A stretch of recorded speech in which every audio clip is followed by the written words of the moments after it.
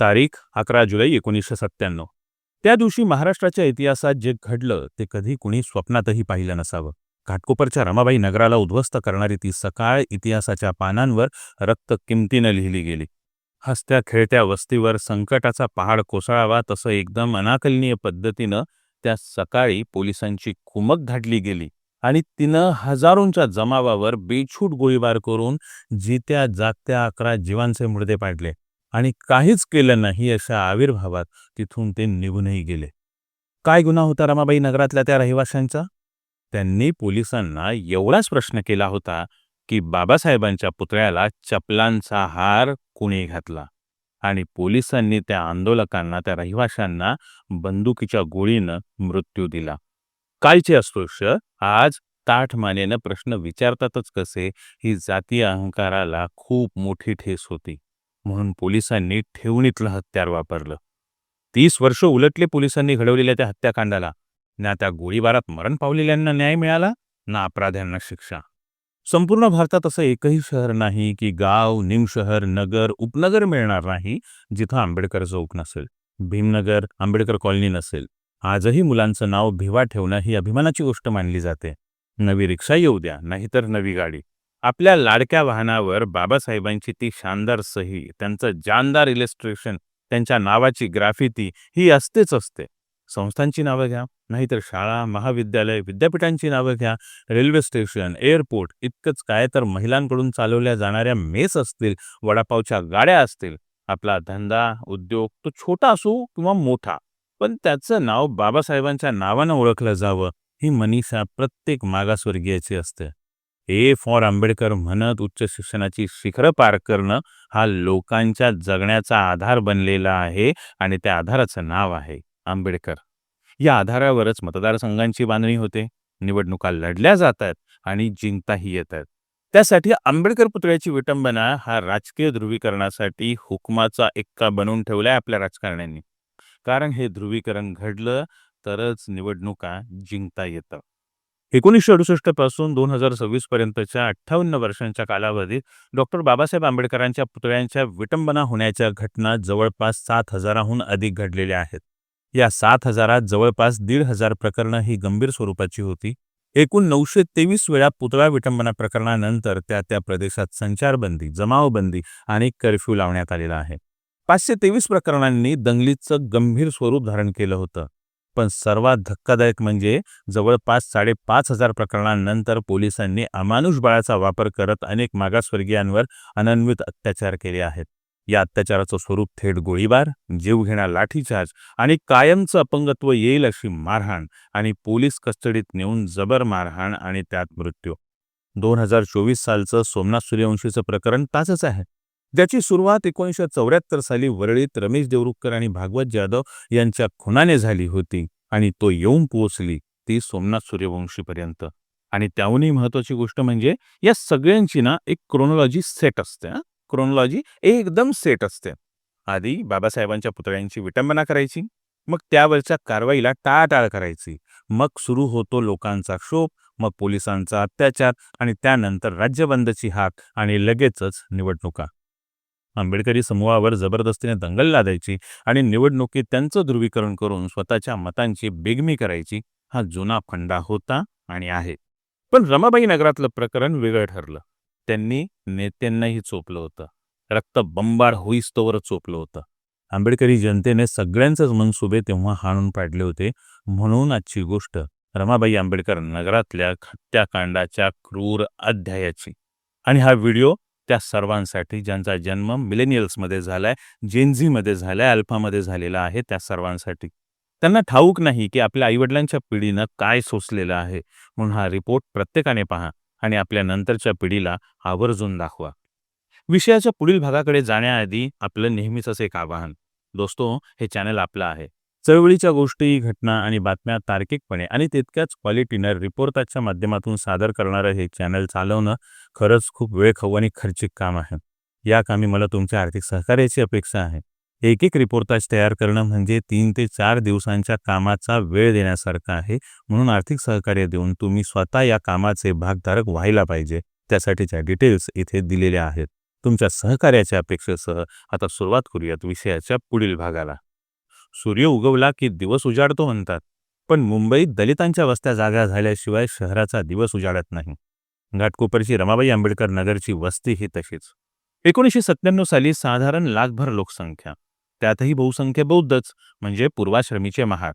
वस्तीच्या प्रवेशद्वारावर, ज्याला मुंबईत नाका म्हणतात, त्या नाक्यावर अगदी मोक्याच्या ठिकाणी डॉक्टर बाबासाहेब आंबेडकरांचा अर्धाकृती पुतळा दिमाखात उभा होता.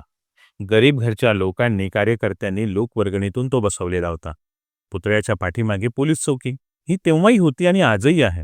आजूबाजूला लोकवस्ती, दुकानं, हॉटेल वगैरे, जसं प्रत्येक दलित वस्तीच्या नाक्याचा लवाजमा असतो ना, अगदी तसाच रमाबाई नगराच्या प्रवेशद्वाराच्या नाक्याचाही होता. रमाबाई आंबेडकर नगरातल्या 11 जुलै 1997ची सकाळही रोजच्यासारखीच होती.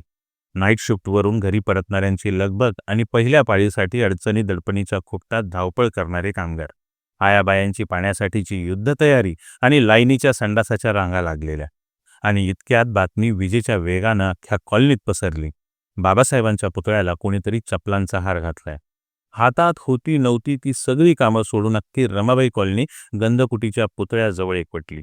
पोलीस चौकी अगदी समोर असतानाही विटंबना घडलीच कशी म्हणून लोक संतापले होते.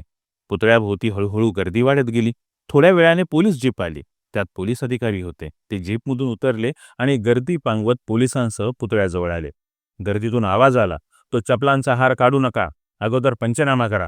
दुसरा आवाज आला, डॉग स्क्वॉड ताबडतोब बोलवा.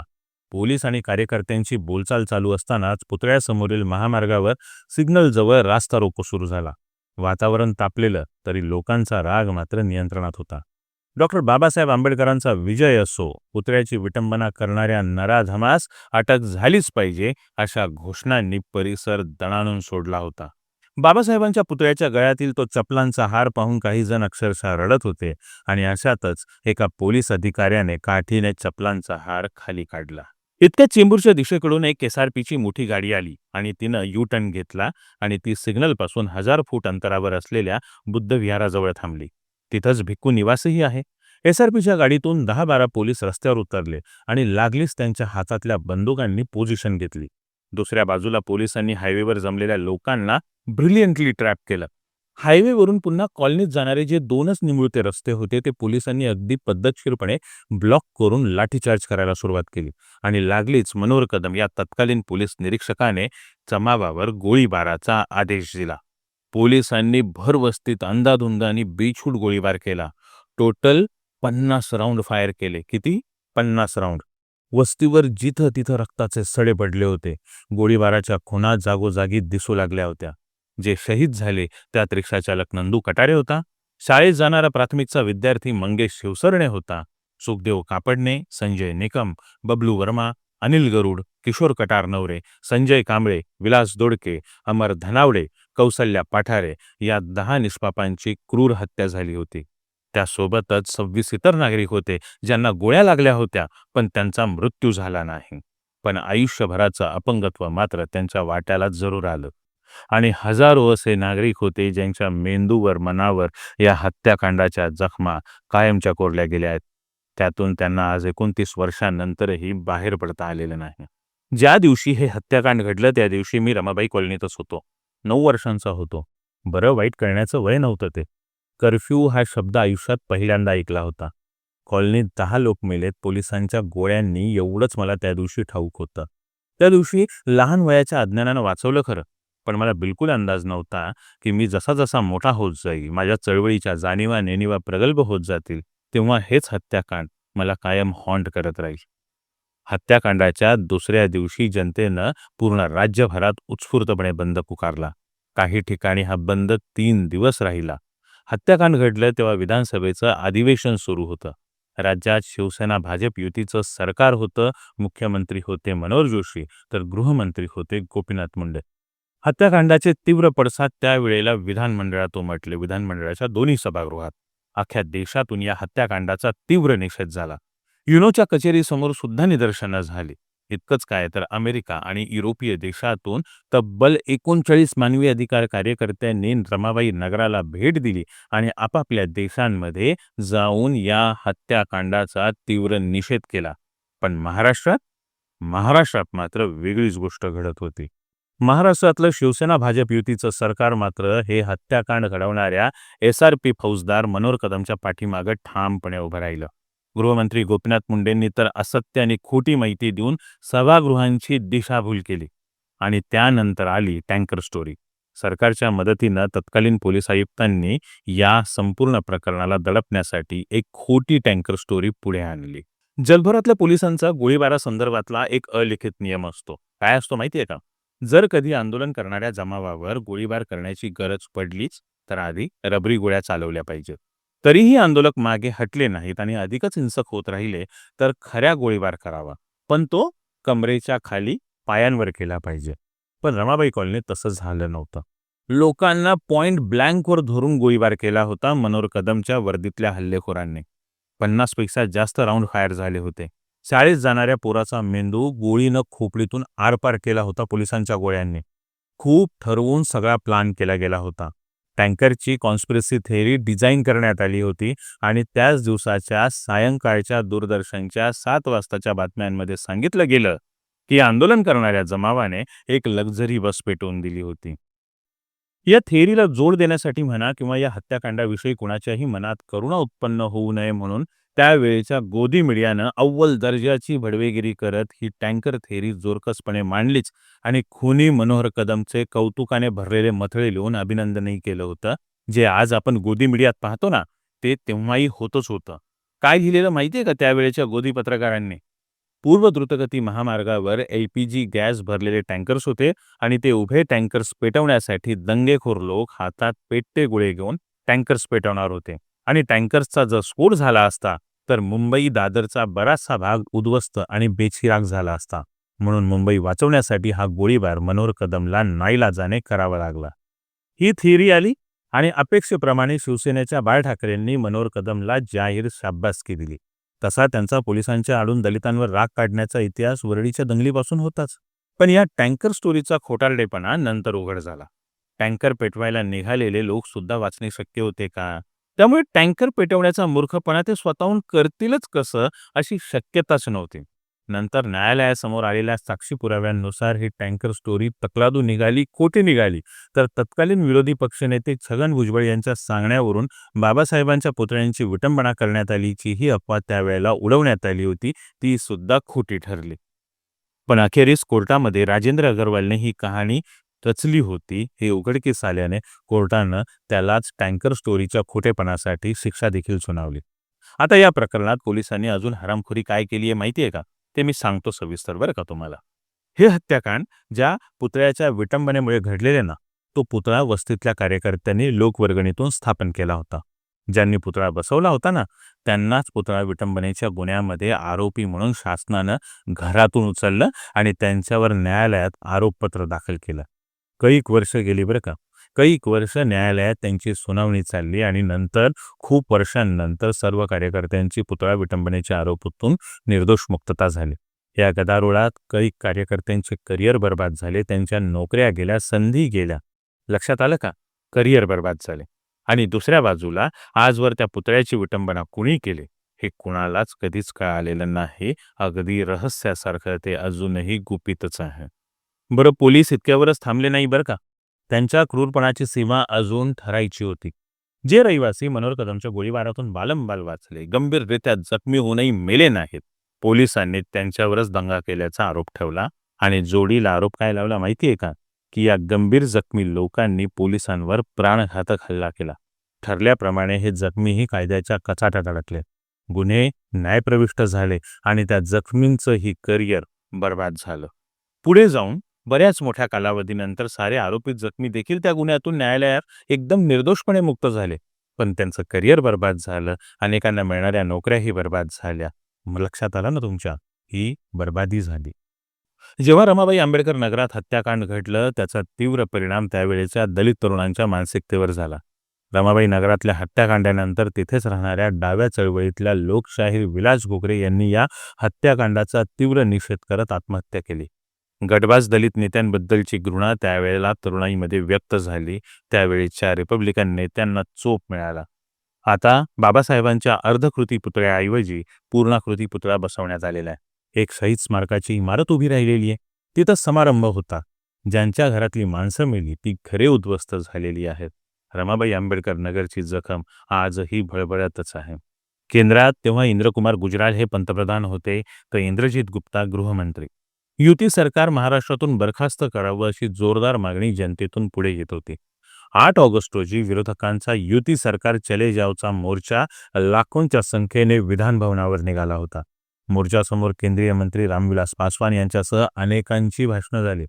9 ऑगस्ट रोजी पंतप्रधान गुजराल यांनी स्वतः रमाबाई आंबेडकर नगरात येऊन गोळीबाराचा निषेध केला. महाराष्ट्र शासनानं जनतेच्या रेट्यामुळे चौकशी आयोग नेमण्याची घोषणा केली. रमाबाई आंबेडकर नगरचे हत्याकांड घडवणाऱ्या गोळीबाराची आणि इतर प्रश्नांची चौकशी करण्यासाठी मुंबई उच्च न्यायालयाचे न्यायाधीश सुधाकर गुंडेवार यांचा चौकशी आयोग नेमला गेला. गुंडेवार आयोगाचे कामकाज मुंबई उच्च न्यायालयात सुमारे वर्षभर चालले. आयोगासमोर हत्याकांडाचे प्रत्यक्ष साक्षीदार आणि जखमी यांनी सत्यप्रतिज्ञा लेख दाखल केले. गुंडेवार आयोगासमोर प्रतिनिधित्व करण्यासाठी रमाबाई आंबेडकर नगर हत्याकांड विरोधी संघर्ष समिती गठीत झाली आणि तिच्या न्याय सहाय्यक समितीद्वारे रमाबाई आंबेडकर नगरच्या वतीनं ज्येष्ठ विधिज्ञ प्रभाकर हेगडे यांनी वकीलपत्र घेतलं होतं. त्यांना advocate Sangharaj Rupwate, advocate B G. Bansode यांनी सहाय्य केलं. महाराष्ट्र शासनातर्फे ॲडव्होकेट उज्ज्वल निकम, गोविलकर अशांसारखे वकील होते, तर आयोगाचे वकील म्हणून ॲडव्होकेट विजय प्रधान होते. आयोगाचं कामकाज आटोपल्यानंतर आयोगाचा निवाडा सभागृहाच्या दोन्ही पटलांवर ठेवण्याच्या मागणीसाठी संघर्ष समितीला पुन्हा न्यायालयात मोठा संघर्ष लढावा लागला. गुंडेवार आयोगाच्या निवाड्यात स्पष्टपणे निर्देशित केलं गेलं होतं की जमाव हिंसक नव्हता, गोळीबार करण्याची आवश्यकता नव्हती. ज्या अधिकाऱ्यानं गोळीबाराचा आदेश दिला तो पोलीस खात्यात पदावर राहण्याच्या लायक नाही. गुंडेवार आयोगाचा निवाडा दोन्ही सभागृहाच्या पटलावर 31 डिसेंबर 1998 रोजी कृती अहवालासह ठेवण्यात आला. त्यावर चर्चा झाली, पण युती सरकारनं मात्र कारवाई करण्याचं सपशेल टाळलं. पण आंबेडकरी कार्यकर्त्यांच्या दबावापुढे सरकारला थोडी का होईना कारवाई करावीच लागली. 30 ऑगस्ट 2001 रोजी कदम विरोधात गुन्हा दाखल झाला. 20 डिसेंबर 2002 रोजी त्याला अटक झाली. 18 ऑक्टोबर 2008 रोजी शिवडी इथल्या फास्ट ट्रॅक कोर्टात खटला सुरू झाला. 16 मार्च 2009 रोजी खटल्याची सुनावणी संपली, पण निकाल सुनावण्याची तारीख 2 वेळा पुढे ढकलण्यात आली. अखेर 9 एप्रिल रोजी निकाल लागला. न्यायालयानं मनोहर कदमला रमाबाई नगर गोळीबारा प्रकरणी दोषी ठरवलं आणि जन्मठेपेची शिक्षा सुनावली. नंतर उच्च न्यायालयानं ही शिक्षा रद्द केली आणि त्याला जामिनावर सोडलं. या 10 वर्षात हा कदम फक्त 6 महिने निलंबित राहिला. किती महिने? 6 महिने. कदमनं त्यावेळेला जी त्याला कोठडी मिळाली होती ती कोठडी टाळण्यासाठी आजारी असल्याचं सांगत रुग्णालयातच त्याच्या अटकेचे संपूर्ण दिवस काढले. विशेष म्हणजे या संपूर्ण प्रकरणाच्या सुनावणीच्या वेळी कदम पोलीस गणवेशात न्यायालयात हजर राहायचा. त्याच्या या कृतीमुळे साक्षीदारांवर दडपण यायचं असा आरोप केला होता त्यावेळेच्या कार्यकर्त्यांनी आणि म्हणून त्याच्या निलंबनासाठी गजानन लासुरे आणि अनिकेत देशकर या दोघा वकिलांनी न्यायालयात जनहित याचिका दाखल केली. सुदैवानं ती न्यायालयानं मंजूर केली. गंभीर गुन्ह्याचा खटला सुरू असलेला पोलीस अधिकारी गणवेशात आणि सेवेत असल्यास लोकांचा फौजदारी न्याय प्रक्रियेवरील विश्वास उडेल हे याचिकाकर्त्यांचं म्हणणं न्यायालयानं मान्य केलं. पण खटल्याला होत असलेल्या विलंबामुळे मात्र रमाबाई नगरवासियांचा न्यायव्यवस्थेवरचा विश्वास उडाला होता. सुरुवातीला या खटल्याच्या सुनावणीच्या वेळी दलित कार्यकर्ते मोठ्या संख्येने न्यायालयात जमायचे बरं का. पण जशी जशी वर्ष सरत गेली, वेळ सरत गेला, तसं तसं नियमितपणे न्यायालयात येणाऱ्या कार्यकर्त्यांची संख्याही कमी कमी होत गेली. सजा होऊनही, शिक्षा होऊनही फौजदार मनोहर कदम हा आजही मुक्त आहे. त्याचा जामीन मंजूर झाला नाही. तो रमाबाई नगर हत्याकांड प्रकरणात एक दिवसही तुरुंगात गेलेला नाही. त्याला या 11 लोकांच्या मृत्यूसाठी, खुनासाठी 1 दिवसाची सुद्धा शिक्षा झालेली नाही. ही किंमत आहे दलितांच्या, मागासवर्गीयांच्या, अनुसूचित जाती जमातीच्या लोकांच्या जीवाची. रमाबाई नगर हत्याकांडानंतर राज्यभरातली जनता एकजुटीनं बाळ ठाकरे आणि गोपीनाथ मुंडेंच्या विरोधात उभारली आणि 1999च्या विधानसभेत जातीय द्वेषाच्या राजकारणाला सपाटून आपटलं. पण त्याआधी 1998 सालच्या लोकसभा निवडणुकीत आंबेडकरी मतदारांनी भाजपाच्या प्रमोद महाजनांना मुंबई मध्य पूर्व लोकसभा मतदारसंघातून तोंडावर आपटलं. याच निवडणुकीत प्रकाश आंबेडकर, रामदास आठवले, योगेंद्र कवाडे, रासू गवई हे लोकसभेवर निवडून गेले. सगळ्या नेत्यांचं पॉलिटिकल करिअर सेट झालं होतं. पण यातल्या एकानंही रमाबाई नगर हत्याकांडाच्या कोर्ट केसेसचा सलग पाठपुरावा केला नाही आणि हे सत्य आहे. ते कोणीच नाकारलं नाही. तुम्हाला राग आला तरी चालेल, पण हे कोणीही केलेलं नाही. आणि हा आरोप संघर्ष समिती सातत्याने करत आलेली आहे मागच्या 29 वर्षापासून बरं का. 29 वर्षापासून. 29 वर्षाचा काळ छोटा नसतो. ज्या कारणासाठी गोळीबार करण्याचा आदेश दिला गेला होता, त्या पेट्रोल टँकरपासून निदर्शनाचं ठिकाण नाही म्हणायला गेलं तरी साधारण अर्ध्या किलोमीटरपेक्षा जास्तच होतं. मृत्यूचा, खुनाचा, हत्येचा नंगानाच काय असतो ते त्या दिवशी पाहिलेलं आहे. माझं वय लहान होतं, 5वीत होतो, त्यामुळे तीव्रता जाणवली नव्हती, पण आज जाणवते. काळ जसा जसा पुढे सरकतोय ती धग अजून वाढते. जय भीम कॉम्रेडमध्ये अनेक गोष्टींची सत्यता अगदी निरपेक्षपणे मांडण्याचा प्रयत्न केलेलाच आहे. दरवर्षी 11 जुलै रोजी रमाबाई नगरात वेगवेगळ्या रिपब्लिकन गटांचे भरगच्च फ्लेक्स, बॅनर हे लागलेले असतात अख्ख्या कॉलनीमध्ये. अनेक नेते पुतळ्याला अभिवादन करायला येऊन मोठमोठी भाषणं ठोकून जातात. परंतु रमाबाई आंबेडकर नगर आजही न्यायाच्या प्रतीक्षेत आहे. ज्या वस्तीमध्ये जातीयवादी नेते यायला सुद्धा घाबरत होते, आज त्याच वस्तीमध्ये तिथे राहणाऱ्यांची मुलं मात्र कमळाच्या फुलाचं जोरदार स्वागत करतायत. भाजपाच्या नेत्यांच्या मागे धावाधाव करतायत. त्यांच्याकडून मिळणाऱ्या पाकिटांवर स्वतःचे मोबाईल, स्वतःचं छान शोकीचं राहणं ते करतायत. ज्यांनी मनोहर कदमला कायम पाठीशी घातलं त्यांच्याशीच खुलेआमपणे आज राजकीय सौदेबाजी होताना याच कॉलनीत, याच रमाबाई नगरात दिसते. मनोहर कदम दाभोळकर हत्याकांडात सुद्धा संशयित म्हणून आढळल्या. सगळेच गप्प राहिलेत. महार मांगाचा जीव एवढा काडीमूल असतो का हो? नाईलाज असा की उत्तर हो असंच येतंय. मनोहर कदमला कोर्टानं जन्मठेप ठोठावल्यानंतरही तो आजही पुण्यात मस्त आरामाचं आयुष्य जगतोय. हे सगळं युती सरकारच्या काळात घडलं. युती सरकार कायम मनोहर कदमच्या बाजूनेच उभं राहिलं. पोलीस डिपार्टमेंट सुद्धा कदमचीच पाठराखण करत राहिले होते. ते आजही राखतायत. तिथेही क्रूर मोर्चा असला तरी सुरुवातीला रबराच्या गोळ्यांनी फायरिंग करून मोर्चेकऱ्यांना दरडावलं जातं. घाबरून पांगापांग केली जाते. स्वीपर असणाऱ्या, गटार काढणाऱ्या, घरकाम करणाऱ्या लोकांच्या जीवाला काहीच किंमत नसते का? पोलिसांच्या लेखी त्या जीवांना काहीच किंमत नव्हती का? पोस्टमॉर्टमचे रिपोर्ट स्पष्टपणे बयानी करतायत की गोळ्या नेम धरूनच मारलेल्या होत्या. अशा पोलीस खात्याबद्दल का म्हणून इथल्या मागासवर्गीयांनी सहानुभूती बाळगावी, जे आजही त्या नराधम मनोहर कदमाची पाठराखण करतात. बाळ ठाकरेंचा पोलीस डिपार्टमेंट मॅनेज करण्याचा वकूफ भल्या भल्या पत्रकारांनी 1992च्या दंगलीदरम्यान अनुभवलेला आहे. 1999 साली युतीचं सरकार पडलं आणि त्यानंतर आघाडीचं सरकार आलं. आघाडी सरकारनं गेल्या 15 वर्षांच्या कालावधीत पीडितांनाच आरोपीच्या पिंजऱ्यात उभं करण्यापलीकडे दुसरं कोणतंही काम केलेलं नाही. अशोक चव्हाणांनी फक्त बाबासाहेबांचा पुतळा उभा करून देण्यापलीकडे रमाबाई नगराला साधं ढुंकूनही पाहिलेलं नव्हतं कधी. आजही रमाबाई कॉलनी एसआरएच्या गर्तेत अडकली आहे. शांतपणे ऐका. आजही रमाबाई कॉलनी एसआरएच्या गर्तेत अडकलेली आहे. जीवनमान उंचावण्याच्या साऱ्या संधी या घाटकोपरला जरूर येतात, पण त्या फक्त देरासरच्या गेटमधूनच आत शिरतात. त्या हायवेच्या या बाजूला येत नाहीत. जैनांच्या घेटोजमध्ये त्या साऱ्या संधी अडकून पडलेल्या आहेत. मोदी प्रधानमंत्री नव्हते तेव्हा देखील ते घाटकोपरला येऊन गेले होते, तिथेच बाजूला, पण रमाबाई नगराकडे गावाबाहेरची वस्ती म्हणून नाक मुरडून गेले होते. मागासवर्गीयांच्या समस्यावर आता सरकारनं पैसे मिळवून देणाऱ्या योजना देखील बंद केल्या. त्यामुळे आधीसारखे NGO वाले सुद्धा आता दिसत नाहीत कॉलनीमध्ये. एकदा फक्त आज जिथं शहीद स्मारकाचा हॉल आहे तिथं 11 जुलै 1997 रोजी छिन्न विछिन्न अवस्थेत रक्त आलेल्या खारोड्यात पडलेली 11 प्रेतं आठवतायत का ते आठवून पहा. मनोहर कदमला पाठीशी घालणारी युती आठवून पहा. गेल्या 15 वर्षात आघाडी सरकारनं दाखवलेला बहिरेपणा आठवून पहा. हत्याकांड घडल्यानंतर चोप बसलेले रामदास आठवले पण आठवून पहा. त्यांनी सुद्धा नंतर त्यावर कधीच आवाज उठवलेला नाही. आजवर न्यायासाठी उपस्थित राहिलेल्या त्या 11 शहीदांच्या स्मृती तुम्ही सगळ्यांनी एकदा जरूर आठवून पहा. साऱ्या शहीदांना जय भीम. मला आशा आहे की ऐकणाऱ्यांचे डोळे जरूर उघडतील. त्यामुळे मी आज इथेच थांबतो. पाहत रहा वैभव छाया टॉक्स आणि आपले हे काम चालू राहण्यासाठी जमेल तसं आर्थिक सहकार्य जरूर करा. आपल्या सहकार्याच्या अपेक्षेसह भेटूयात पुढच्या भागात. या व्हिडिओसाठी मदत करणारे लोकशाहीर संभाजी भगत, श्यामदादा गायकवाड सर आणि आनंद पटवर्धन सरांचं मी खूप खूप आभार मानतो. धन्यवाद. सप्रेम जय भीम.